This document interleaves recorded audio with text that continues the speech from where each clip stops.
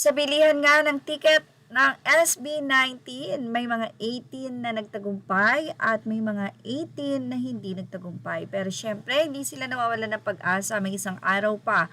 Bukas, February 28, 2026, ang last na pre-selling ng ticket ng SB19.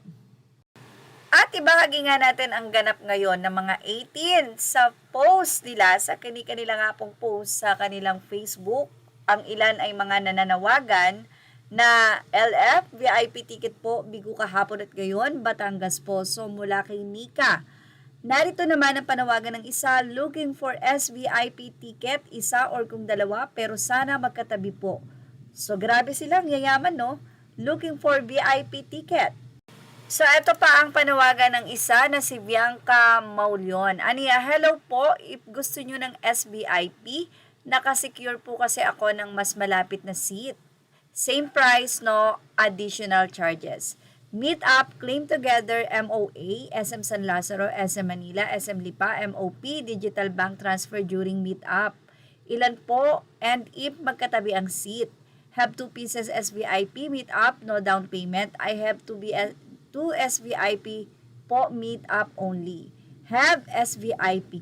Grabe, alam niyo po ba na ang mahal ng SVIP? Ito po ay halos umaabot ng nasa kulang 15,000 pesos. So kung bibili ka ng dalawa, 30,000 agad yun.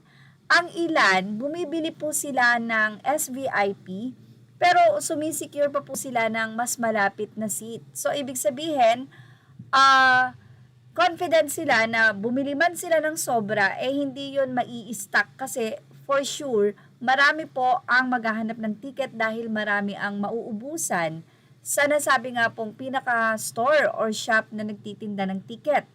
Pero ang SB19 fans, 18, willing sila na bumili ng napakarami dahil alam nila na hindi nga po iyon mai-stock at marami ang bibili at mag-aagawan pa. So, ibig sabihin, ganyan po talaga sila karaming pera. Samantala, maiba naman po tayo ng usapan sa latest podcast kung saan isa ang SB19 sa guest.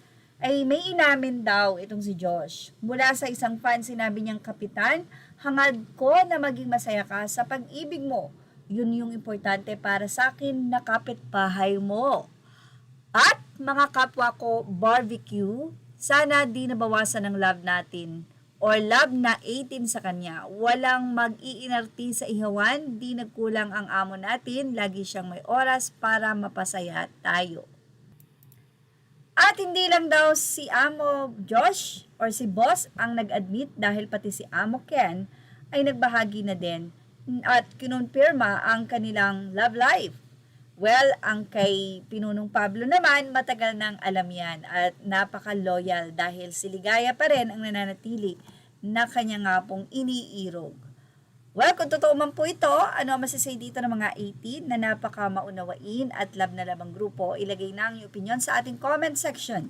Images or all credit to the rightful owners. Please like, share, and subscribe. Thank you for watching Showbiz Now.